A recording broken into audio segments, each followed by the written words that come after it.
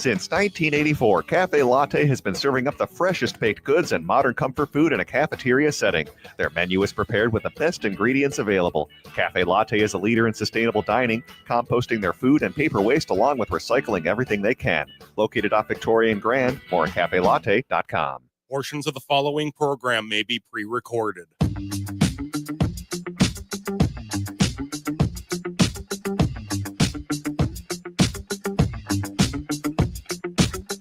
Broadcasting live on AM 950, the Progressive Voice of Minnesota. In the evenings on WCPT 820, Chicago's Progressive Talk.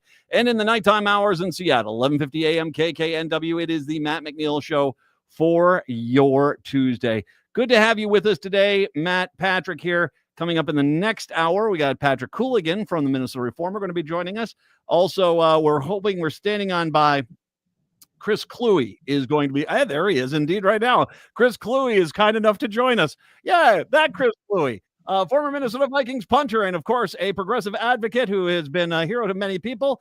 He is in town in Minneapolis, St. Paul over the last few days for a few different events, and he's kind enough today to join us to talk about those events, as well as also probably have a little bit of a therapy session with everyone out there because things have been a little rough. Chris, it's good to see you, my friend. Yeah, good to see you too, Matt. Thanks for having me on. My pleasure. Thank you very much for coming on back. And you are in town. I want to make sure I mention this. You were in for the weekend. It was Convergence. What exactly was that?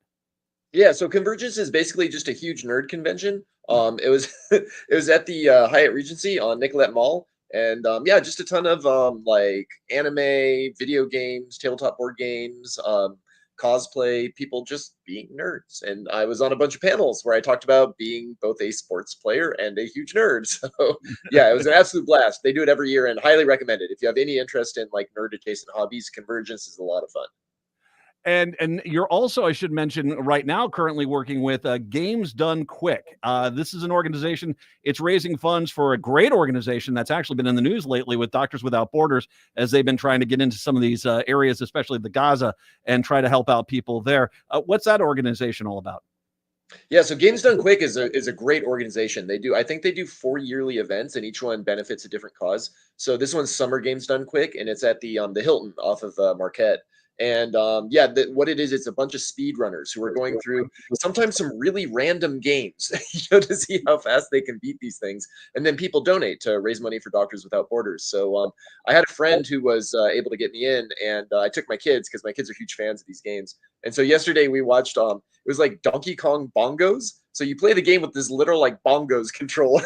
And I mean, the person playing it was just absolutely phenomenal at how good they were at the game. And then we watched Legend of Zelda, one of the Game Boy versions, where they're using all these like little tricks and tips to sort of hack through the game almost, where it was like they're skipping half of the intended mechanics, and the crowd's cheering every time they pull one off, because for a lot of this stuff you got to be like frame perfect on it. Like it is legit, like the timing's in the milliseconds. And yeah, these speedrunners, they're just phenomenal at what they do, and obviously it's a great cause to support. Are they experienced with these games, or is it something they're just kind of getting this, here's the game, you got to do this in 5 minutes? Oh yeah, no, they're super experienced. So a lot of these speedrunners, like they'll have their communities online that they'll stream to, and they spend tons of time trying to like shave off even a half second from their runs. Yeah, and they're looking for multiple ways to break the game in order to make their runs faster. So it's a really fascinating community. And if you ever get some free time, like just check out some speed runs, and you'll be astonished at the ways that people do make games do things that those games were clearly not intended to do.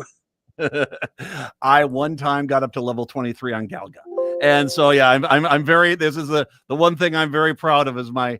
That was it. I've tried video games. I just don't have the eye-hand coordination, man. I've tried it with my kids as well. They're like, Dad, come play this. And I remember just like some of the Lego games. I'm like, okay, what am I doing wrong? And they're finally they out of disgust they take the controller out of my hands. Yeah, no, I'm the same way. So I used to play a lot of like first-person shooters and Twitch reflex-oriented games, and nowadays I'm like, yeah, no, I need games that I can pause. Like I just should give me the turn-based tactical games. That's more my speed.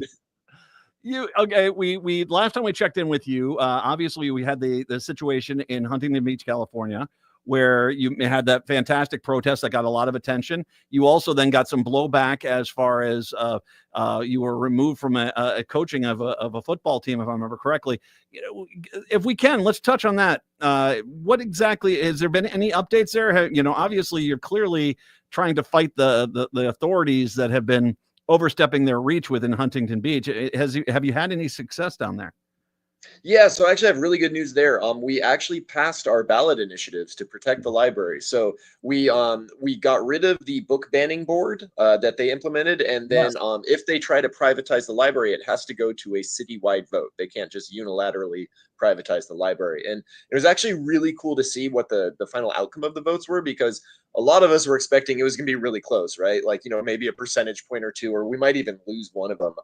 It ended up being like 60% to 40%. So the people of Huntington Beach really turned out and said, you know what, keep your hands off our library and just like leave it alone. It's a public library. You should not be messing with it. Now, unfortunately, our city council has not yet set a date for when the initiatives will be implemented. So I think they're still trying to screw us over. So yeah, we'll definitely stay on top of that and make sure that, like, this is what the people voted for. You are a public servant. You need to do this. Well, and it continues that belligerence we've seen, this idea that even with the people telling you what they want to do, I mean, my gosh, was it Missouri? They basically passed a bunch of laws and the Republicans said, we don't care. We're just going to undo them. You get these people out there that it's so against the idea of democracy. The people have spoken, and yet they still want to just have this minority rule. And I'm glad to see you fighting back on that. Yeah, no, and I think it's really important, that it's happening in Huntington Beach, which the Republican Party has said outright that they view this as their test bed. Like, this is their prototype area for California. All the stuff they want to do, they're trying it in Huntington Beach first. And so the fact that we're fighting it back there is super important. But yeah, I think it speaks to the broader problem, which is that as Americans right now, we are in a position where it's no longer right versus left. It's a question of, are we going to be a democracy, or are we going to be some form of authoritarian rule? And it's important that people understand that that's the question. Like, we can go back to arguing with each other once the country has been saved. Like, at this point, we all got to pull together if we want our country to be a democratic country, and we have to say, no, we will not stand for fascism. We will not stand for authoritarianism, and we're going to show up and do what it takes in order to prevent that from happening. Because the longer we wait, the harder it becomes. You in California have had a front row seat for this, because I mean, Trump hates California, hates Newsom, he hates a lot of things that are out there, and the consequences are fairly stark. I mean, what's going on in Los Angeles with ICE troops, but as well, I mean, I've been reading some of the stories out of the Valley with the farmers, and there's no one here to work, and a third of our vegetables come from California. 3/4 of our fruits come from California. 3/4 of our nuts come from California. This is a major problem. And outside of, I think the ag secretary today said, we're going to take all the people from Medicaid and put them working in the fields, which, okay, great. Get your wheelchair out there and pick up some strawberries, I guess. But you have this situation where they are really, as you said, Huntington Beach, but I look at California, this is really their test zone to see how much they can get away with. Yeah, well, and the other reason why they're trying to do it is California is one of the most powerful states in the union. I mean, we're like the fourth largest economy in the world. I mean, California is huge in terms of what it can produce and just the amount of people that are in it. It is a very large state. I think there were more Trump voters by number, right, in California than there were in the rest of the country. Like, again, there's a ton of people here, and that also goes to show that Trump really doesn't care about harming his supporters, because he's not just hurting, the liberal left in California. He's also hurting all of those Trump supporters who are like, wait a minute, like, we're here too. And so again, that's why I say this isn't a right versus left thing anymore. Like, this is are we going to be a democracy, or are we going to be a fascist dictatorship? And it's very clear that they want us to be a fascist dictatorship. I mean, right now, like that military sweep through MacArthur Park, like, that's how much money did that cost, right? How much money are they wasting on ICE right now? And at the same time, they are holding up federal funds to rebuild LA after the fires earlier in the year. It's like they clearly aren't interested in governing for the entirety of the US. They're only interested in gaining power, using that power to hurt people. And yeah, that's not a democracy. We have to stand up against that. I'm 56 years old. The only thing in my lifetime I think that's been anything like what we saw in MacArthur Park and we're seeing in these other ICE raids is like Kent State University back in the Vietnam War. I mean, this is truly authoritarianism, and yet I do not hear nearly enough people, the national news media, not only the Democrats, but anyone who's just not MAGA, including a lot of Republicans. I just don't hear the urgency that's saying, having a gulag in the Everglades is not the image that we should be pushing. And yet there just does seem to be this stunning amount of silence. There's people like you, thank God, who are out there letting your voice be heard. But, it's, there's few and far between. It seems to be that people are like, okay, do we see where we're going right now? Because this is not where we want to go. Right. And it's super difficult. I actually had this conversation with one of my friends here from Minnesota yesterday. We were out having lunch, and it's like, how do you tell people the literal factual information of what is going on without sounding like you're a conspiracy theorist? Because like the actual facts of what's going on is we have military presence in one of our major cities in an attempt to remove the democratic process there. Like we have a concentration camp that was just built purely for the idea of rounding up American citizens and green card holders and people that are here legally in this country, but they happen to have a brown or black shade of skin. I mean, that it is textbook fascism. And when you see all the history professors start saying, "Oh yeah, no, you can call them Nazis now," like this is what the Nazis did. And I think the problem with the mainstream media is a lot of the mainstream media now is owned by billionaires. It's owned by corporations. It's owned by people who are looking at it like, oh, what about our bottom line? As opposed to, well, does the society that allows us to exist, will that continue if this keeps happening? And right now they're so focused on making money, they don't understand that at a certain point, once the fascism becomes entrenched enough, you're going to be next on the chopping block. Like, it doesn't matter how much water you carried for them. They're going to make up some sort of slight or grudge, or even just reporting from earlier. And they'd be like, okay, now it's your turn. And yeah, guess what? Now they're coming for you. Should have read the poem. Well, well, exactly. And as we were just saying here, they're starting in California, Minnesota, Illinois, Chicago. Chicago's high on their list. They've already started doing stuff down there. Seattle, Washington. You're all listening right now. Where do you think they're going if they can somehow reign in California? They're coming for us. And we have to start fighting back now, as well as also, I will say this.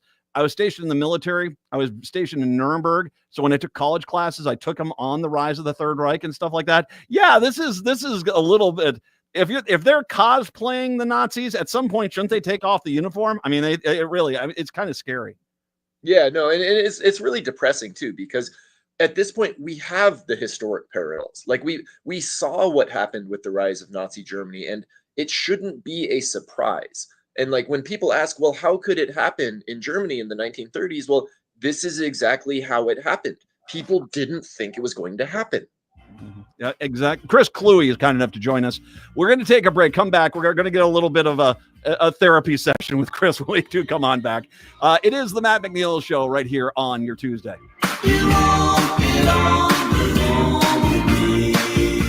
I'll never forget. I was driving my Sienna from Rudy Luther Toyota, and I was hit at 35 miles an hour, rear-ended square flush. If not for the structural integrity of my Sienna, I wouldn't be here right now.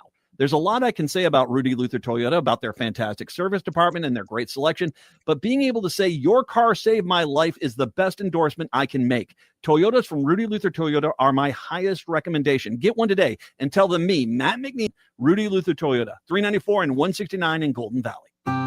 Woodland Stoves and Fireplaces is having their annual sale for the entire month of July. All of their indoor and outdoor fireplace products and accessories are at the lowest price of the year. Did you know that now there's also a 30% federal tax credit when you install an efficient wood heating stove or fireplace? At Woodland Stoves and Fireplaces, we can explain and show you the many options. We have the Twin Cities' widest selection of wood-burning stoves and fireplaces. I love my wood stove. We enjoy the sense of well-being we get by cutting and splitting wood to warm our home. Wood is our choice, but you may have other choices at Woodland Stoves and Fireplaces. Whether transforming an existing fireplace or adding something new, a clean-burning wood, gas, or electric fire can have you sitting pretty and cozy by the fire. Visit Woodland Stoves and Fireplaces Fireplaces at Riverside and East Franklin Avenue in Minneapolis or at woodlandstoves.com. Woodland Stoves and Fireplaces, since 1977, out of the ordinary products and services to make fire work for you.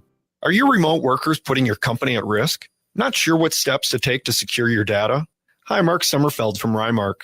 The Rymark team is guiding our clients through these difficult times. In fact, demand has been so high, we created an easy-to-follow guide with the 5 steps to securely work from home. It's yours free. Download our 5 steps to securely work from home now at rymarkit.com or call 651-328-8900 for a no-cost how-to discussion. You have a loved one who is not receiving the care that they deserve at their current memory care facility. I'm Aiden Helene, Director of Community Relations here at the Welshire, and I meet with families every single day who are struggling with poor staffing, missed medications, poor personal cares, and an absence of engagement from consistent activities. 85% of our residents at the Welshire are coming from other memory care facilities that could not meet their care needs. Not all memory care is created equally. And if this is something your family is experiencing, I encourage you to come visit our community of well-being and see the Welshire difference, where we promise that your loved one will live with pride and dignity. The Welshire has 24/7 nursing, a robust activities team that provides activities 7 days a week.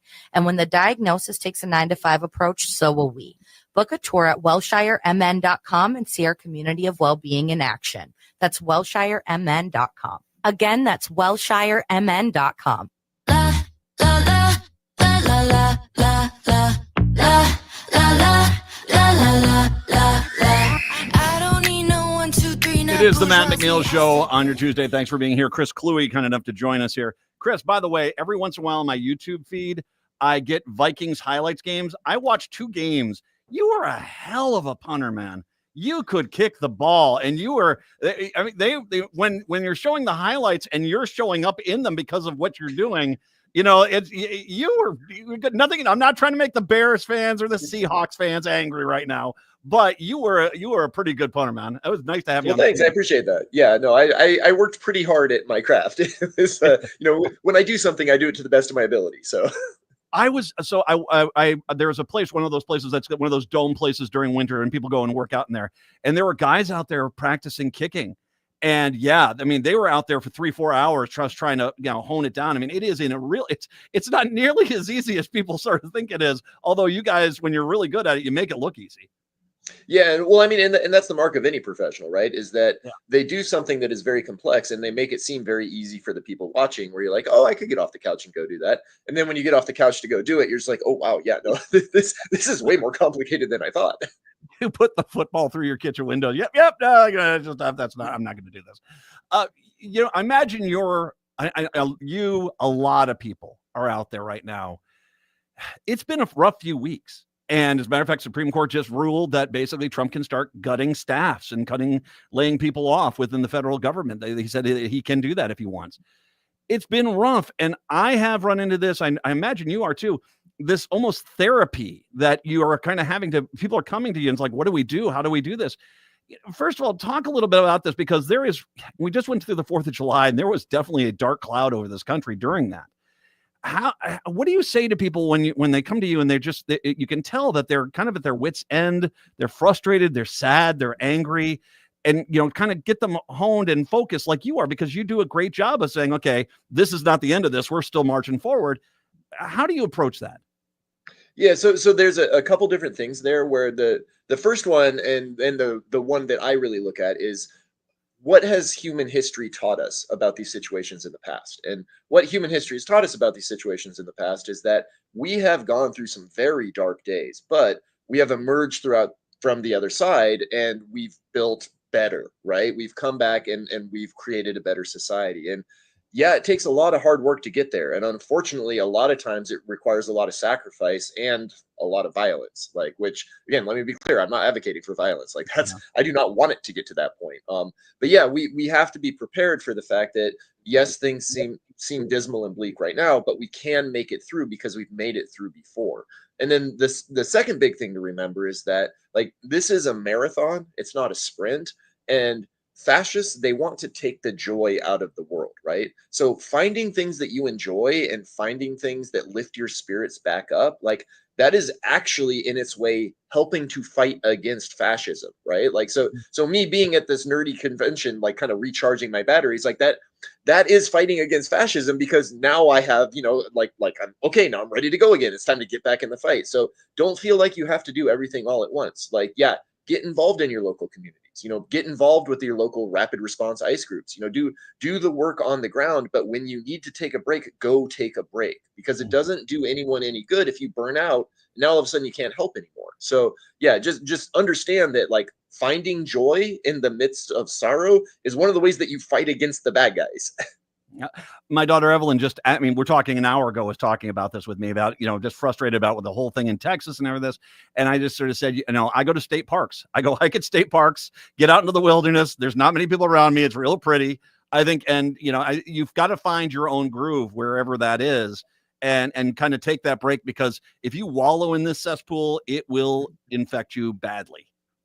Yeah, and then a defeatist attitude doesn't help anyone. Like, and you see that a lot on social media too, where people are like, "Oh no, this is the end." Like, there's no point doing anything. It's like, no, like if you give up, yeah, obviously they're gonna win. Like in order to do something, you have to try. Like if you don't try, you'll never know if you could have done it or not. I completely agree with you. And I think that you are dealing with you have to understand what we're dealing with. I mean, Trump energized his base, who, for lack of better terms, were the losers. And losers used to know they were losers. And Trump realized, if I can convince them they're not the losers, that they're the winners and they're always right, that they'll be loyal to the nth degree. I don't know how long it's going to take us to run these clowns back to their compounds in Montana and Michigan, where they're surrounded by barbed wire out there. But it's going to take a while. And even though I don't think MAGA will go past, whenever, Trump, ends his term on this mortal coil, whenever that happens, I don't think there's anyone in place to replace him, but it's still going to take a long time for this to go away. Yeah, well, and so another thing that we also have to grapple with is that it's not just the militia crazies out in the wilderness. Like it is your next door neighbor. Like it is people in your suburban communities. And if this country is going to heal, we really do need a reconciliation process, similar to what happened in South Africa after apartheid, or with the Nuremberg trials. Like the big mistake that the Democratic Party made after Trump's first term was no one was held accountable. There were no consequences for any of those actions. And if we want to keep this from happening again, there have to be consequences for those actions. Otherwise, they're just going to keep trying to do it. Yeah, Merrick Garland was stellar, wasn't he? Yeah, I agree. Yeah, no, really did a bang up job on that one. Yeah, you and I both, my friends. I want to make sure I point out your social media pages where people find you on Blue Sky. One of the things that's great here is people ask you, can you buy a jersey or something like this? And you actually have organizations, the Trevor Project and the Trans Lifeline. You encourage people, if they want to support what you're supporting, to donate to those causes, correct?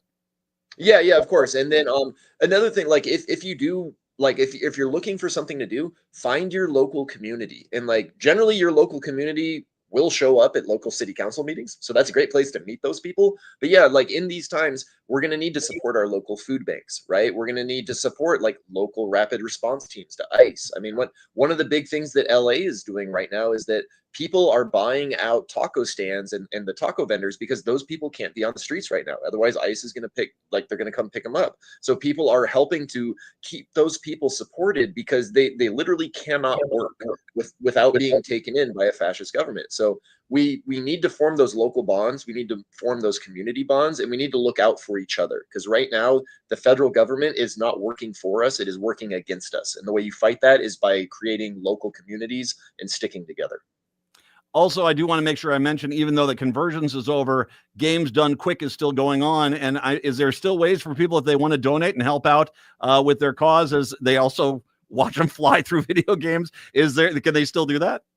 Oh yeah, for sure. Yeah, so that's actually one of the big things about Games Done Quick, is that it's fully streaming. So if you go on Twitch for Games Done Quick, like you can watch all of this happening.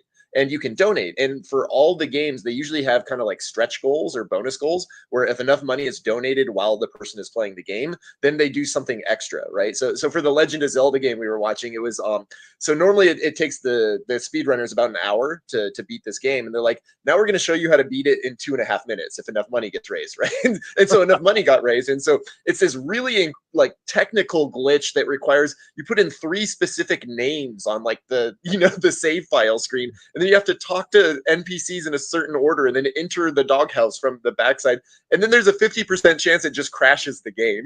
And yeah, sure enough, it just crashed the game. So I head over to Twitch. Games Done Quick on Twitch. You can go catch that and make a donation. Chris, great to see you again. Anytime, you're more than welcome back, my friend. Yeah, thank you for having me on, Matt. I really appreciate it. Chris, Chloe, we'll take a break. Come back. It's the Matt McNeil Show. Hey, Minnesota, it's your favorite sexy liberal. Join me and my fellow cohorts in liberal justice weekdays from 8 to 11 on AM 950 KTNF, St. Louis Park, Minneapolis, St. Paul, the progressive voice of Minnesota. July is the annual store-wide sale at Woodland Stoves and Fireplaces. Come see our diverse selection of wood, gas, or electric fireplace products for indoor and outdoor living. And right now, Woodland Stoves and Fireplaces can assure you the best price of the season on every product in the store. Let Woodland Stoves and Fireplaces help you choose and experience the joy of sitting by a fire. Summer is a great time to install your fireplace. You can find your perfect fireplace and have it installed and ready before the cold weather hits again. If you already have a wood fireplace, consider a fireplace insert. Come and see the entire selection at Woodland Stoves and Fireplaces on East Franklin and Riverside in Minneapolis. They will create a fireplace that works for you. Efficient, clean burning, and environmentally smart. Woodland Stoves and Fireplaces, since 1977, out of the ordinary products and services to make fire work for you. AM 950, the progressive voice of Minnesota. The Zero Res Master Certified Area Rug Cleaning Team in St. Louis Park is having the biggest cleaning sale of the year. Clean 1 rug and get 20% off. 2 rugs, 25% off. 3 area rugs get 50% off your area rug cleaning purchase. Pickup and delivery options are available. We're getting into the heat of the summer. You're going to be having barbecues, friends and family over at your house. Your rug called that's tired of being stomped on, spilled on, sneezed on, and ignored like a salad at a barbecue. We treat your rugs gently, even the fancy ones you bought on vacation and immediately regretted. Wool, synthetic, braided, patterned, passed down from grandma. If it lays flat and collects dirt, we clean it. Schedule your appointment at zeroresminnesota.com or call 9520-RES and ask for the AM 950 special. Spell it backward or forward spells the same. It still spells, dang, that rug looks good. Zero Res. End-of-life decisions are not easy to make. Hi, I'm Mary T. of Mary T. Hospice Care. It's important to make sure that this difficult time is meaningful and comforting to you and your loved ones. Our hospice team provides an individualized program of physical, emotional, spiritual, and practical care so your loved one is comfortable and not in pain. At Mary T. Hospice, we understand that choosing the right hospice care provider can be overwhelming, but we're here to assist you. Learn more today at marytinc.com.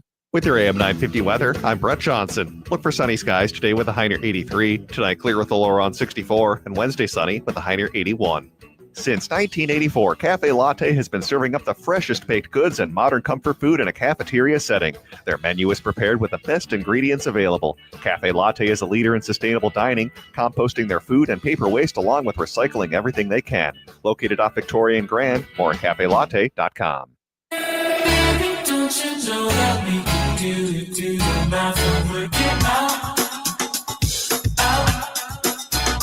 Broadcasting in the evenings in Chicago on WCPT 820 Chicago's Progressive Talk. In Seattle, 1150 AM KKNW.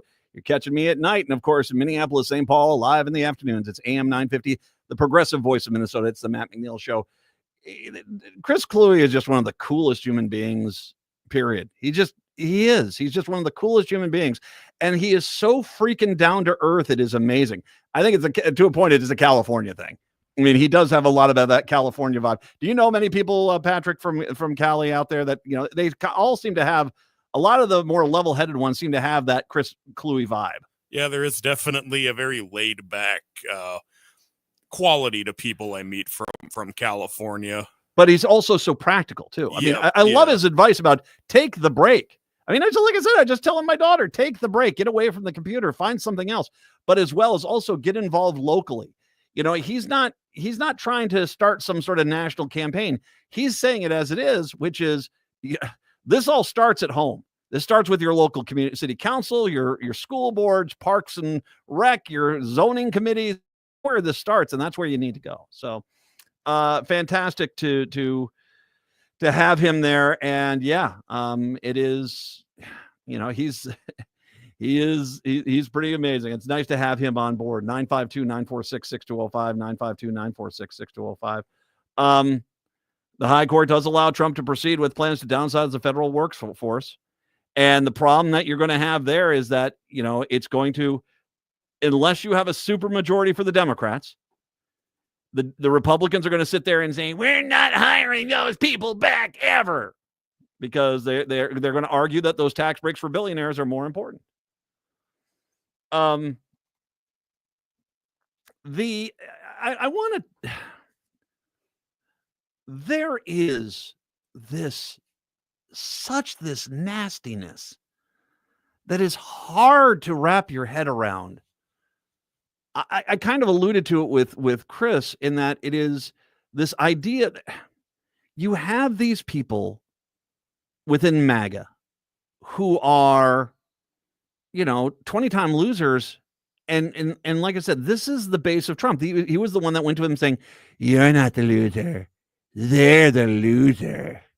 And that you could make up a reality. I mean, losers used to have at least the common sense to know that they were losers and that they should fix themselves. And today, they don't have to try to do that. They can just be the biggest loser possible, and they can have success, for God's sakes. I mean, is that the epitome of Marjorie Taylor Greene or Lauren Boebert or Chip Roy or any of these, or that clown from Tennessee, Ogles from Tennessee? I mean, you can be a 20-time loser and you're rewarded for it. And that is, they will not give that up. And because of that, they want to, they basically use that as a springboard to belligerently defend Trump's agenda. Today, there was a video this morning, and God, I wish I'd hit like on it. I can't find it. But it's this man, he's doing a commentary on this woman. I guess this is on TikTok. And she was doing a dance celebrating Alligator Alcatraz. And basically her point was, I hope they don't give them bug spray. And this guy, I mean, his sincerity, his earnest nature, he said, wait a second here. I want to make sure we understand this. Here you are.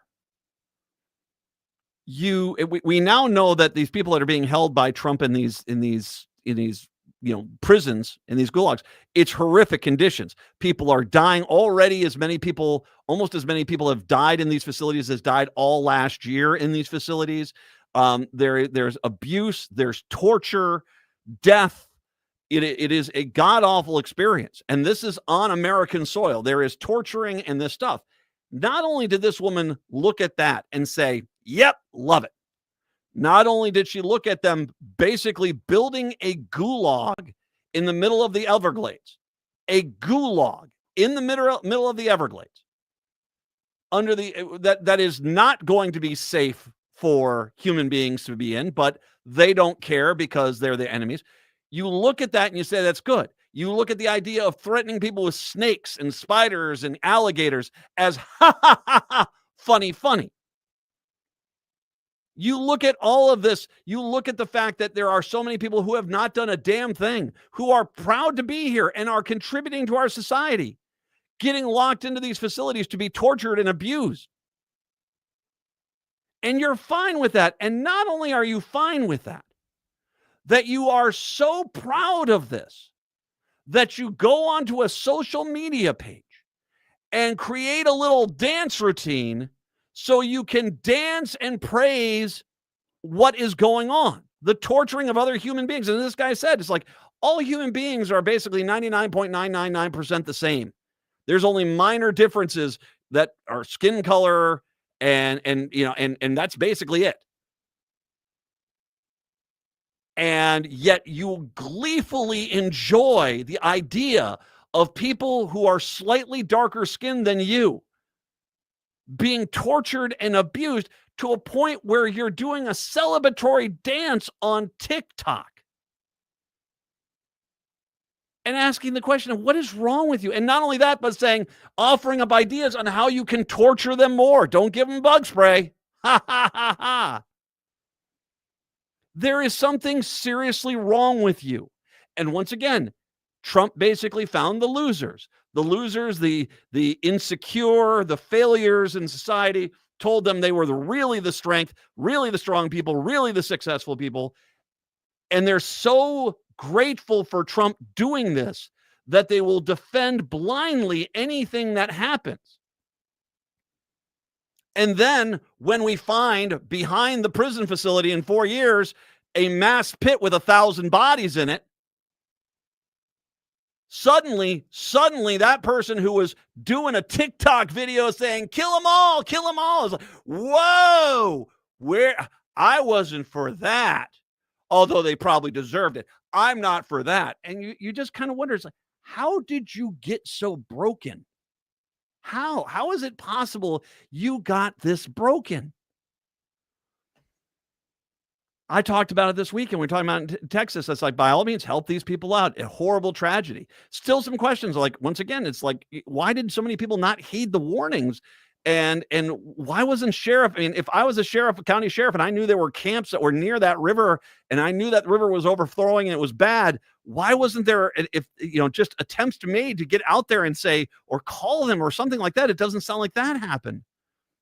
I mean, that's on the local level. Of course, we can talk about the cuts and the slashing. I mean, the satellite system that's specifically used to find torrential downpours had been cut off. Yeah, that's a problem. That probably did not help. And then there's climate change. But yet, what's happened is happened, and we got to go down and help these people. And yet, when I say this, and you actually have people saying, you need to come down and help us because we're not going to help you in your liberal ways. And I'm cleaning up the term they used. You should help us because we're real Americans down here, not like you people up there. Referring to Minnesota, where I'm at right now. What is wrong with you people? How do you get so evil? And I get it. You don't think you're evil, but that's pretty evil. Celebrating torture, celebrating death, trying to offer suggestions on how you can torture people more. High-fiving when someone is murdered in a prison facility. Talking about how when you have victims that you're the righteous angels, but when anyone else needs victims, ha, ha, ha, I'm glad you're suffering. You think that this is America? Even if you're one of those Reagan Republicans, you think this is your party right now? It doesn't sound like it. Doesn't sound like anything we've seen in my lifetime or in a long time in this country.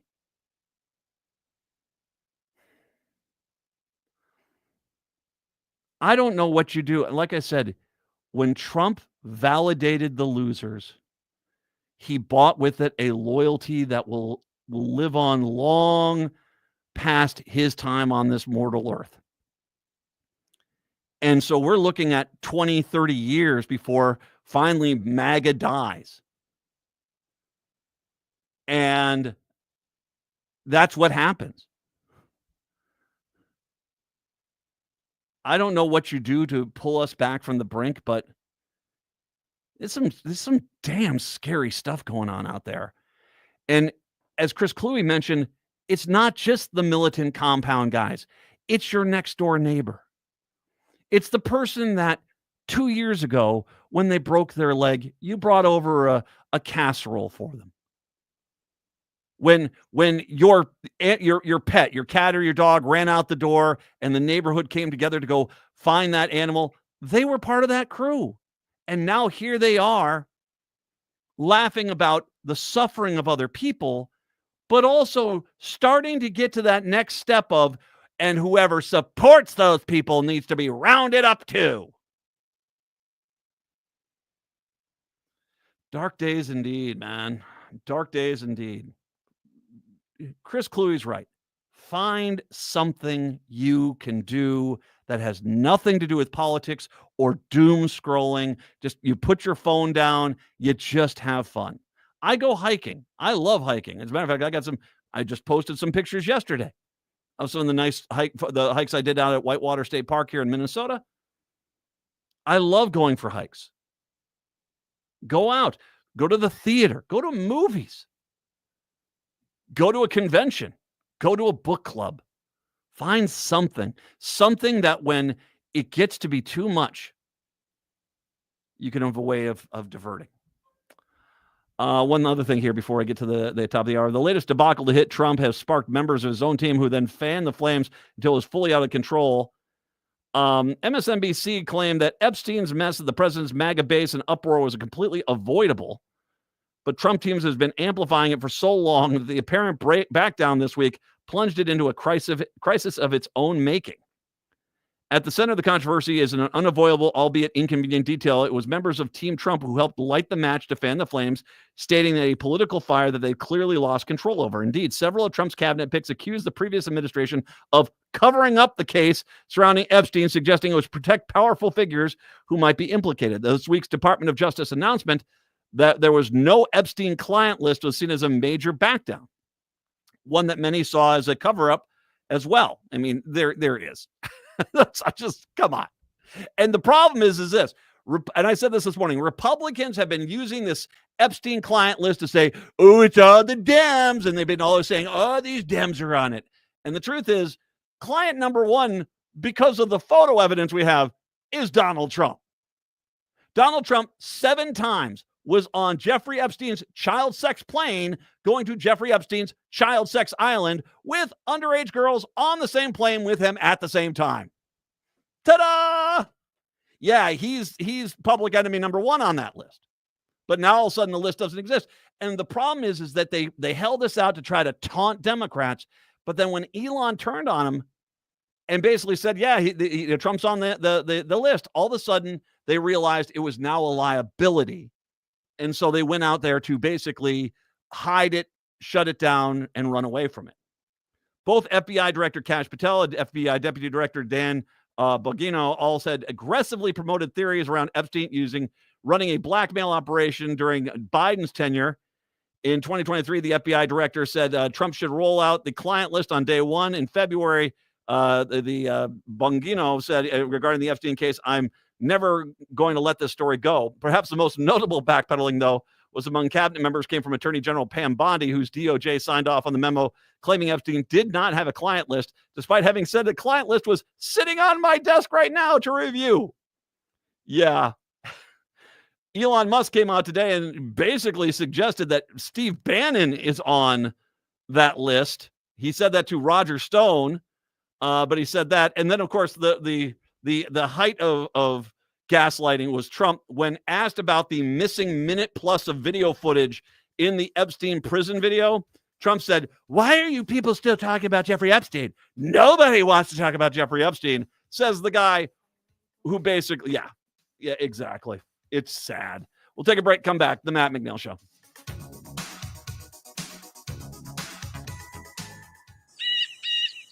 Your time is precious. Why are you still mowing your own lawn? I'm Alex Knorr, a young, hardworking entrepreneur serving the Southwest Metro with affordable lawn care. At Buzzcut Mowing, I offer weekly mowing, leaf cleanups, aeration, dethatching, tree trimming, and mulch installation. I work hard so you can relax and enjoy time with family and friends. Call today and I'll handle the rest. Visit buzzcutmowingmn.com. That's buzzcutmowingmn.com.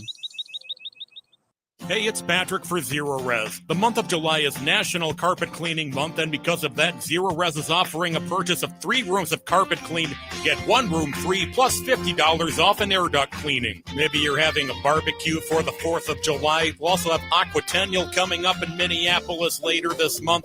You want to make sure your home is fresh and clean for your friends and family coming over to celebrate.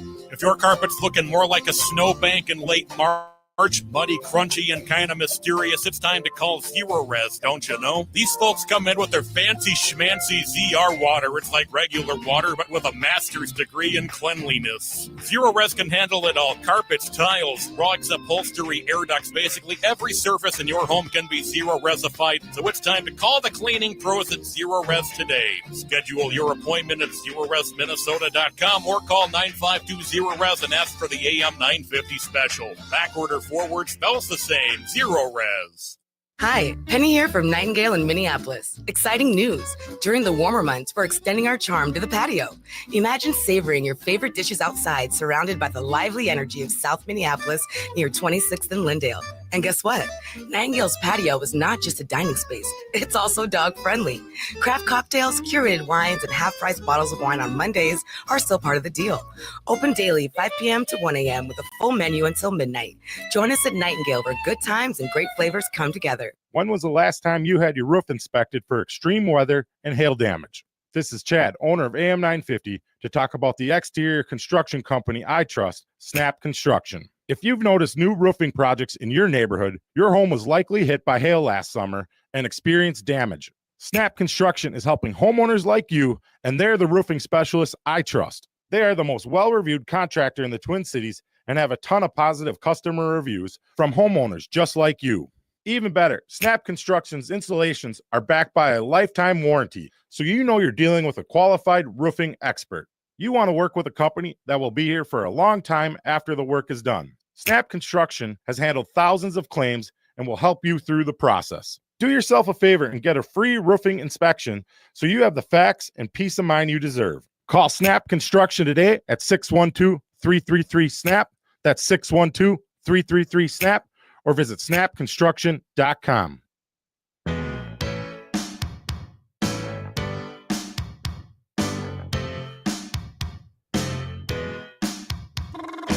The Matt McNeil Show. So one thing I want to do, I got this last segment here for this hour, and I want to go through something because there's an excellent article in the news outlet, the Minnesota Reformer, that they posted talking about, and it was an article that they had with one of their partner groups had released talking about how this is all going to happen. Talk about the way, here are the 5 ways the GOP's plans may affect your healthcare access. And I want to make sure I run through this because you need to. It's clear the national news media, like I said, when the first time they said, hey, there's some bad things in this bill, is the day after it's passed. It tells you they're not exactly doing their job. And frankly, I think that until they can prove that they actually can report news fairly, I'll give a great example of this is, and I was just talking about this with a friend today. If Joe Biden was the president and this Texas disaster had happened, 5 seconds after it happened, all the Republicans would be screaming, it's all Joe Biden's fault. Joe Biden wanted to do this. Joe Biden was controlling the weather. Joe Biden did this. And then for the next 3 months, it would be all Joe Biden doesn't care about these people. He hates these people. He wants them all to suffer. And they would do this. And not only does the national news media not say, you guys are cuckoo for Cocoa Puffs, but they basically as well validate that narrative by saying, why isn't Joe Biden doing more? Meanwhile, someone says, you know what, maybe we should look into the fact that the NOAA and the National Weather Service had some budget cuts here. And how dare you, Democrats? How dare you? And there have been plenty of articles saying, hey, Democrats, time and a place. Time and a place. And all you're saying is, wait a second here. We're going to figure out what happened here. Shouldn't we understand what happened? Time and a place, Democrats. And the national media, until they can prove that they are not so betrothed to this one-sided, they're not putting a finger on the scales. They are doing a freaking Irish dance on one side of those scales.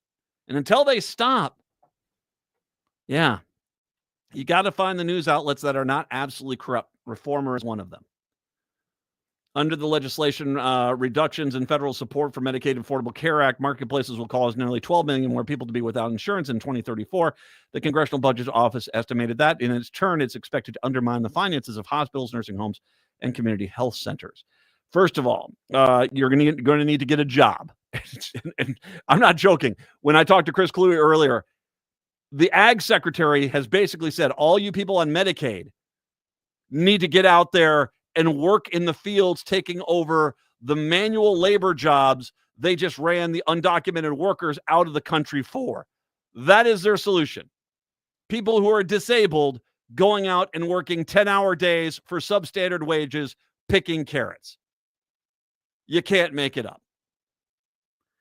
The deepest cuts to healthcare spending come from proposed Medicaid work requirements, which is expected to end coverage for millions of enrollees who do not meet the new employment or reporting standards. In 40 states and Washington, D.C., all of which have expanded Medicaid under the Affordable Care Act, some Medicaid enrollees will have to regularly file paperwork proving that they are working, volunteering, or attending school at least 80 hours a month. So one of the hosts on Fox News said it should be 80 hours a week. I'm not joking. Or that they qualify for an exemption such as caring for a young child. The new requirement will start early January 2027. John Oliver on Last Week Tonight pointed out that this is one of the things that Republicans do, because by making the paperwork complicated and burdensome, it drives people off the program, even though they're eligible for it. Republicans know that. That's why so many of these things in this bill require, things in triplicate once every 2 weeks. And yeah, the bill's requirement doesn't apply to people in 10 largely GOP-led states that have not expanded Medicaid to non-disabled adults. Health researchers say the policy will have little impact on employment. Most working-age Medicaid enrollees who don't receive disability benefits already work or are looking for work or unable to do so because they have a disability, attend school, or care for a family member, according to the KFF, a health information nonprofit. Some state experiments with work requirements have been plagued with administrative issues, such as eligible enrollees losing coverage for paperwork problems. The hidden costs are astronomical, said a professor at Yale School of Public Health. Less cash means less care in rural communities. Belt tightening that target states could translate into fewer health services, medical professionals, and even hospitals, especially in rural communities. I talked about this extensively yesterday. The GOP plan curtails the practice known as provider taxes that nearly every state has used for decades to increase Medicaid payments to hospitals, nursing homes, and other providers, and to private managed care. States often use the federal money generated through taxes to pay for the institutions more than Medicaid would otherwise do. This is going to be a major hit. Yesterday, I talked just about the state of Minnesota. In the state of Minnesota, just medical facilities in rural parts of the state, there's 288 of them. That doesn't include medical facilities in the metro areas of the state or any senior centers. So when they say we're going to give you $100 million each year, well, for 228 medical facilities and just the ones in rural parts of the state, that's only $470,000. That's nothing. This is going to cavitate so much of our rural medical system. It's going to be harder to get and keep the Affordable Care Act coverage. For those with Obamacare plans, the new legislation will make it harder to enroll and retain their coverage. ACA marketplace policy orders will be required to update their income, immigration status, and other information each year rather than being allowed to automatically re-enroll. Once again, the paperwork issue. If you're on Medicaid, you're going to pay more to see doctors. Many Medicaid enrollees can expect to pay more out of pocket for appointments. Trump's legislation requires states to have expanded Medicaid to charge enrollees up to $35 for some services if their incomes are between the federal poverty level and for an individual and 138% of that amount. So if you're between $15,000 and $21,000, you have to pay $35 for medical care, dangling that carrot. Cuts to lawfully present immigrants. The GOP plan caused at least hundreds of thousands of immigrants who are lawfully present, including in the country, either asylum seekers, victims of trafficking, and refugees, to lose their ACA coverage. Because the immigrations will lose those subsidies under the legislation tend to be younger than the overall U.S. population. The exit would be an older, sicker, costlier population of marketplace enrollees. Yeah, it's You know how all those Republicans keep saying, we made this better? That's a lie. That's a big lie. Unless your goal was to take disabled people and put them into fields to pick crops for 8 hours a day for substandard wages. Then I guess it's a win. Chicago, Seattle, talk to you tomorrow. Minneapolis, St. Paul, hour 2 up next. Greg Bakken here.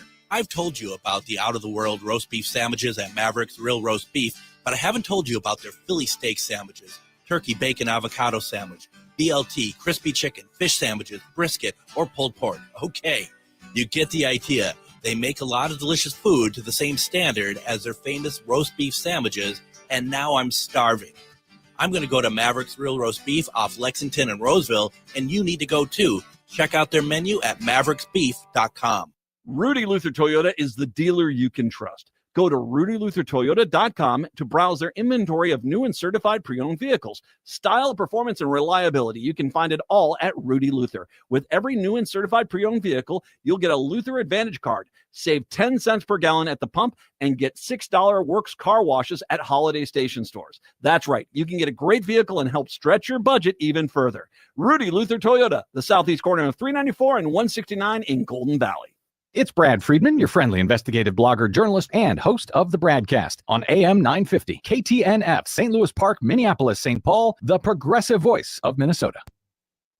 AP News, I'm Ben Thomas. In Texas, hope of finding survivors from the catastrophic July 4th flooding is increasingly bleak, with the death toll at more than 100 people. 4 days have now passed since anyone has been found alive in Kerr County. Jennifer King has more on the response. Searchers comb piles of tangled tree limbs, mattresses, refrigerators, and mud, looking for victims of Friday's flash flooding in the Texas Hill Country. The disaster brought out hundreds of volunteers, like Jesus Gomez, a firefighter from Mexico, who has been using his swiftwater search and rescue skills to help reach inaccessible piles in the middle of the river. It's hard, but first responders, we're a different breed pretty much. Jason Sabala is a volunteer with Project Grit, who's helping clear debris in Center Point. I mean, it brought me to tears many times just thinking about, as a father, them being they're helpless, and so it's that was a big thing for me. Makes us fun to get a fire going. At a park in Houston, people gathered to sing hymns in a memorial for Camp Mystic, the summer camp where over 24 girls and counselors died. Audio from Houston, courtesy KTRK. I'm Jennifer King. President Trump's again voicing his displeasure with Vladimir Putin. At a cabinet meeting, Trump said Russia's war in Ukraine is killing a lot of people on both sides, and of his phone conversations with the Russian leader. It's very nice all the time, but it turns out to be meaningless.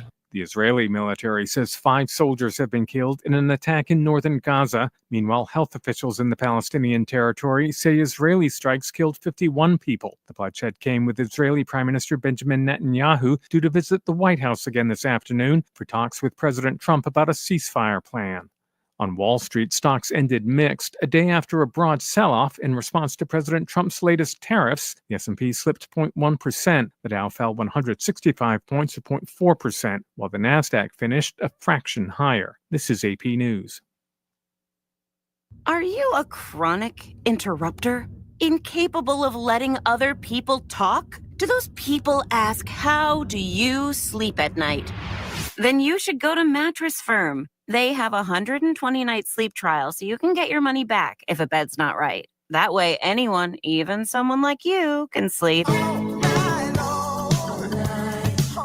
Get matched at Mattress Firm. Sleep at night. Restrictions apply. See store or website for details.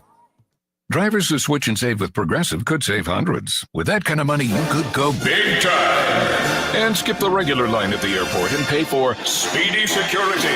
Imagine not having to quickly unpack and pack at the place you already came packed to. And wearing your shoes the whole time you're there? You can't put a price on that kind of luxury. Well, actually you can, and you paid for it. Switch to Progressive and you could save big time for speedy security. Progressive Casualty Insurance Company and affiliates not available. Turn to Auto Technical with your vehicle donation. We have families waiting for a car. You know, over 85% of unemployed are successful in finding and keeping a job if they have dependable transportation. A car plus a job equals a life changed. 612-919-5526. We have families waiting for a car. 919-5526 or autotech.org.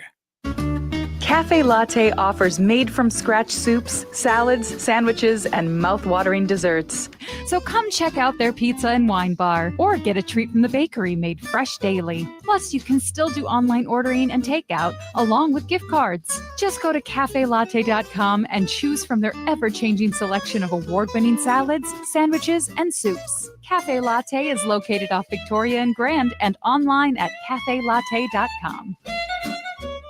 End-of-life decisions are not easy to make. Hi, I'm Mary T. of Mary T. Hospice Care. It's important to make sure that this difficult time is meaningful and comforting to you and your loved ones. Our hospice team provides an individualized program of physical, emotional, spiritual, and practical care so your loved one is comfortable and not in pain. At Mary T. Hospice, we understand that choosing the right hospice care provider can be overwhelming, but we're here to assist you. Learn more today at marytinc.com. With your AM 950 weather, I'm Brett Johnson. Look for sunny skies today with a high near 83, tonight clear with a low around 64, and Wednesday sunny with a high near 81. Since 1984, Cafe Latte has been serving up the freshest baked goods and modern comfort food in a cafeteria setting. Their menu is prepared with the best ingredients available. Cafe Latte is a leader in sustainable dining, composting their food and paper waste along with recycling everything they can. Located off Victoria and Grand, more at cafelatte.com. Portions of the following program may be pre-recorded. Hour number 2 of the show here on your Tuesday, Matt and Brett. And once again, we're going to have the Chris Cluey interview for your listening and possibly viewing pleasure here before too long. We'll get that all posted. Brett Johnson, Patrick is here as well. Guys, first of all, I do want to make sure I mention that today, this hour, sometime today, there's a podcast called Hidden Brain. They're on tour. It's the Perceptions Tour. And Shankar Vendatam is going to be here on this Friday, July 11th, at the State Theater for 6:30 p.m. I've got a pair of tickets to give away to this podcast live show with Shankar Vendatam. And so it's, just listen for your chance to win a pair of tickets to this. It is, once again, this Friday, July 11th, 6:30 at the State Theater. Listen for your chance to win on that. Brett, what's the longest you've ever done any specific thing ever? I'd have to think about that. I'm not what's the longest you've, say, treaded water or went for a walk? What's the longest? Or you do biking? I know you got your great bike. What's the longest bike you've ever been on? Probably got about 6 hours as my max. Wow, good for you. How far would you go with that? That was on the Loose Line Trail out towards Hutchinson. You went to not quite all. That's where it ends. Yeah. I forgot the name of the little town I ended up turning around at, but nicely done. New Germany. That's out there somewhere. Yeah, it might be. I think it is that one. Well, okay, 6 hours. St. Paul firefighters on Tuesday rescued a man who may have been stuck in the sewer since the 4th of July. What? This is yesterday or today. They found this guy. He was in a sewer about 6 blocks east of the Capitol. The St. Paul Fire Department's advanced technical rescue team was called at around 11 a.m. today to 435 University on a report of a person below grade in the sewer opening. The man was found conscious and alert about 10 to 12 feet below the ground in the sewer. He had reportedly been in the sewer for 3 or 4 days and he was unable to get himself out, said the St. Paul Fire Department. Firefighters set up a rope rescue system, lowered a rescuer down to the man, then successfully pulled both of them up to the street level. Wow, I mean, I didn't realize it was so far deep below on the sewers in my neighborhood. If I was stuck in there, I probably could stand up and say, hello. The suburban ones are generally not, they're not too far deep. into the ground. Yeah. I probably have a hard time. I'd probably hit my head if I was standing up straight there.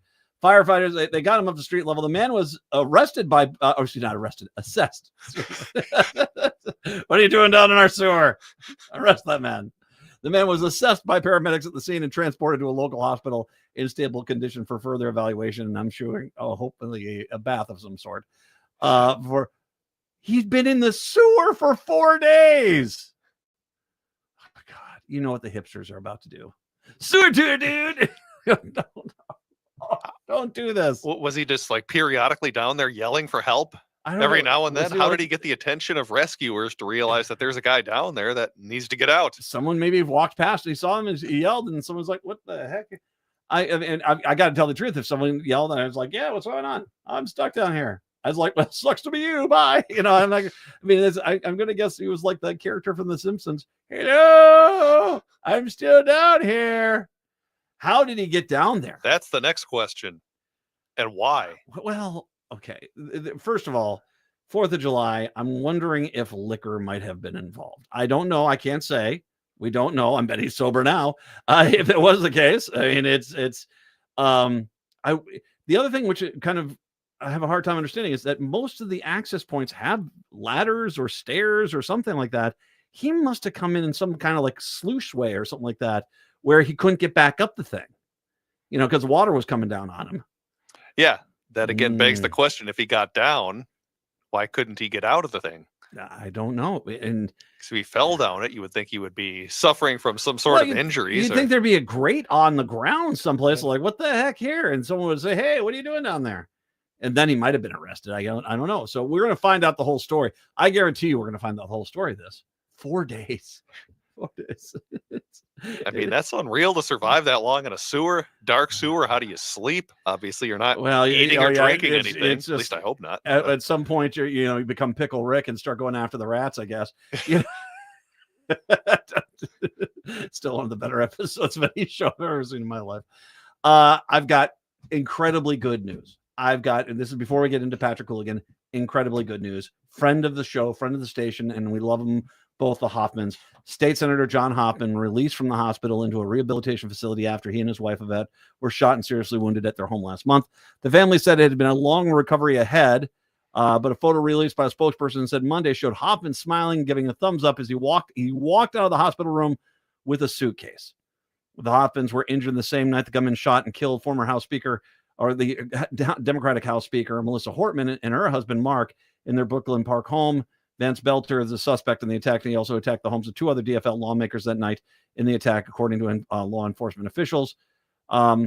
He was shot 8 times.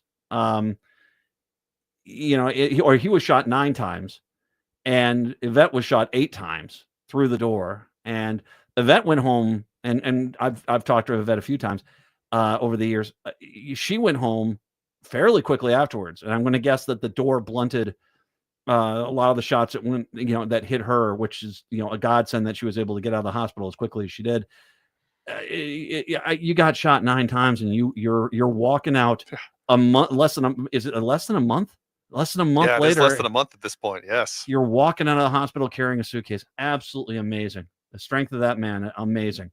But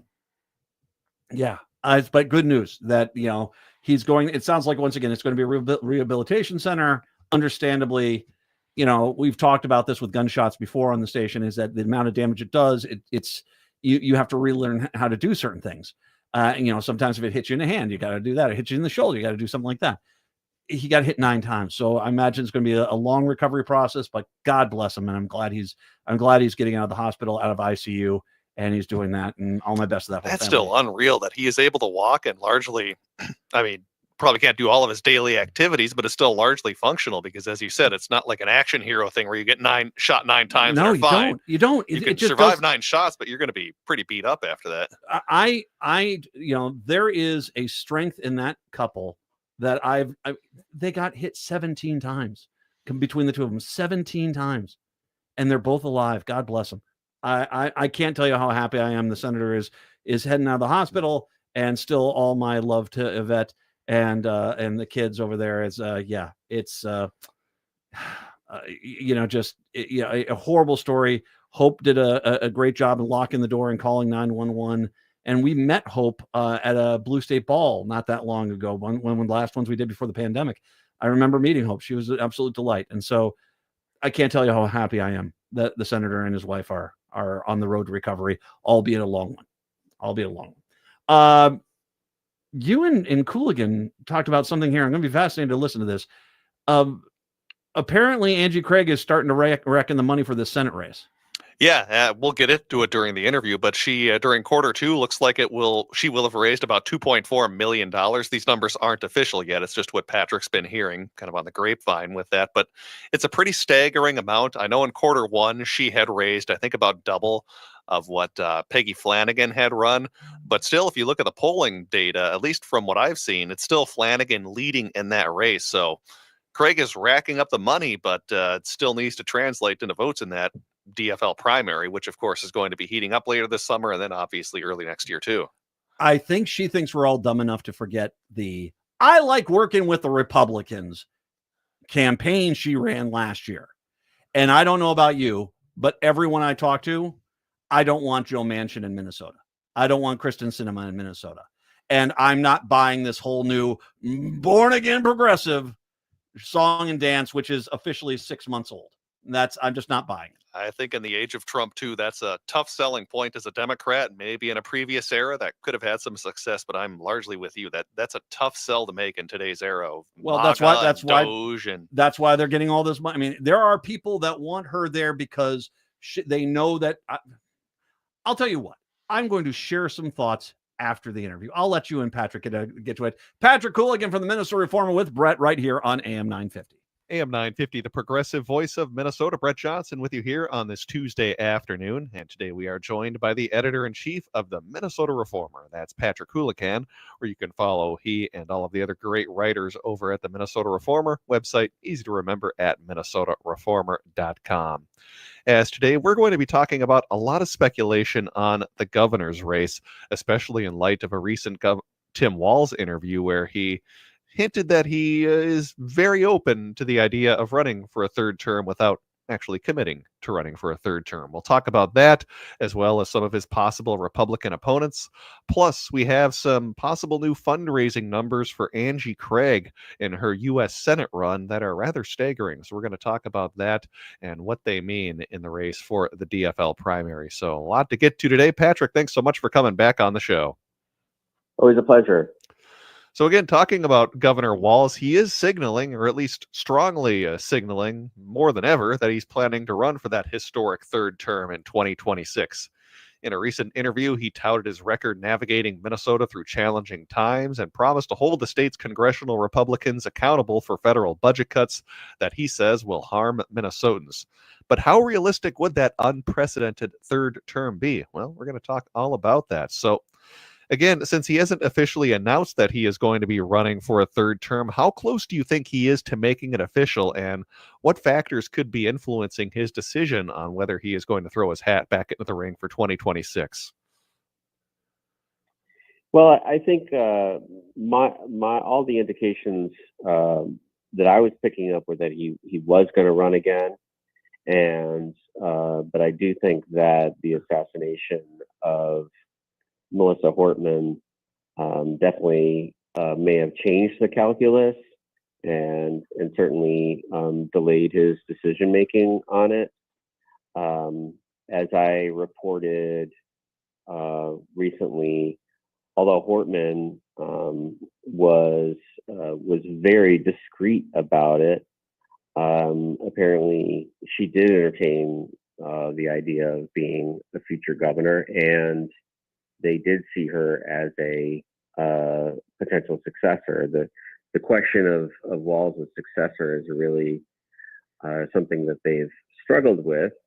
Obviously, Peggy Flanagan, lieutenant governor, is out of the picture, and because she's running for U.S. Senate, so that's on their mind. They like the idea of Melissa Hortman as lieutenant governor running mate to Walz. Although they were also realistic in thinking that Hortman really wanted to be speaker again. And they also have really thought of the late Speaker Hortman as a governing partner, and I think Walz was personally close to her. So the killing of Hortman has really jumbled things up quite a bit, and I think he was personally struggling with it. I think those of us who were at the funeral service certainly saw that up close. So I'm not entirely sure that he's made up his mind yet. I think he goes into that interview with the Star Tribune, which apparently had been scheduled previously, and they had to reschedule it because of the killing. Certainly, he's going to go in there all guns blazing and trying to ward off any potential challengers, be it Republicans or even Democrats who might get some ideas that he's either weak or indecisive about what he's going to do. And so he goes into the interview and with quite a bit of bravado, just to make sure everyone knows that he's still governor and he's ready to pull the trigger at any moment to run for that third term. I mean, if you think about where he's sitting, the polling that the Star Tribune ran a couple of weeks ago wasn't great for him. It wasn't terrible, but the numbers of folks who say he should run again was below 50%. It was not quite in Joe Biden territory, but it was not great. And so Walz makes the point that it's not going to be me running against a generic Republican. It's going to be me running against a specific candidate. And if you consider the kind of resources that he can bring to bear, both financially and politically, I think the thinking is in a bad Republican year, Walz should be fine in what would be a pretty unprecedented third 4-year term. And I think you're right. He absolutely was influenced by what happened with the assassination of Melissa Hortman, as you brought up. Yeah, very visibly shaken as we had the memorial service just last weekend. Now, if Walz were to at least run for that third term, he did mention the need to go full bore if he does indeed run. What do you think that third term campaign would look like from him? And do you think it would be different from previous campaigns? I know he really emphasized that one Minnesota message back in 2018 and 2022. And I don't know, maybe that message changes in a very polarized climate that we're likely to experience in 2026. What are your thoughts on what that campaign might look like? Yeah, the 22 campaign was certainly not the feel-good campaign of 2018. It had, for the more experienced listeners in your audience, more of the 2012 Barack Obama campaign as opposed to the Hope and Change of 2008. It was a harder edge campaign that relied on pointing out the differences with Scott Jensen. And I suspect we'd see more of that, and you'd want to pin the Republican on Donald Trump and Donald Trump's policies. Trump in that Star Tribune poll was at 45%, which is about where he was 8 years ago. Which I would think would probably be, I mean, unless the economy really takes off or something and he changes behavior, which of course we know is impossible. I think 45 is probably his high water mark in Minnesota. And as we get closer to the midterms, that'll go down. And usually the president's numbers, that's what that's usually going to track with his party's numbers in that midterm election. And we know what happened in 2018. So there's a lot of reasons why Walz, despite running for this unprecedented third 4-year term and doing so with some of his weakest numbers to date, that he's probably feeling pretty confident. Now, if he were to decide not to run, do you think this would be a very wide open DFL primary? I imagine that would be the case since he doesn't really have a clear successor, since obviously we have the open U.S. Senate race as well. Do you think that largely would be pretty wide open, or are there some names that would likely emerge as top contenders and favorites? Yeah, man, I think Angie Craig had been considering it. I think she probably got the strong signal that he was going to run for re-election, and that's why she ran for the Senate. Otherwise, she would have been a candidate for governor. I would think Keith Ellison, the Attorney General, would be a possibility. Steve Simon, Secretary of State, perhaps Ilhan Omar. she had mentioned running for U.S. Senate. You've got Melvin Carter, the mayor of St. Paul. I think he's generally been thought of somebody with political ambitions, but certainly would be a much more wide open affair. You could even have members of the legislature. Aaron Murphy ran for governor and then came in second to Walz in the 2018 primary. So it would be a pretty wide open race. And I think the Walz camp fears that, and they fear losing if he doesn't run again, and Democrats losing. In that case, you'd have I think that would affect Walz's legacy, and people would say that he was unable to secure his successor's place, and therefore a lot of his legacy would be lost, and that would not be a great look if he were trying to run for higher office in 2028. Now, at least looking on the Republican side, so far at least we only have one major candidate that has entered the race. That's Kendall Qualls, who I believe ran back in CD3 a few years ago. And at least in my personal opinion, I do think he would pose a much different challenge to Governor Walz than Scott Jensen or even Jeff Johnson did back in 2022 and 2018. But do we have any sense of other Republicans who might jump into the race besides Kendall Qualls? And do you think this could be at least a more competitive field than we had back in 2022 for the Republicans? Jensen sent out a fundraising letter recently in which he indicated interest in the race. And recall that Johnson in 2018, he'd also been the nominee in 2014. And some of this reflects the fact that Republican voters still, they like candidates who are endorsed at the party convention. And so Jensen's advantage is that he has those relationships with GOP convention delegates. They very often are the same every time. And so he can bank on those relationships. And you're talking about getting the votes of a few hundred delegates.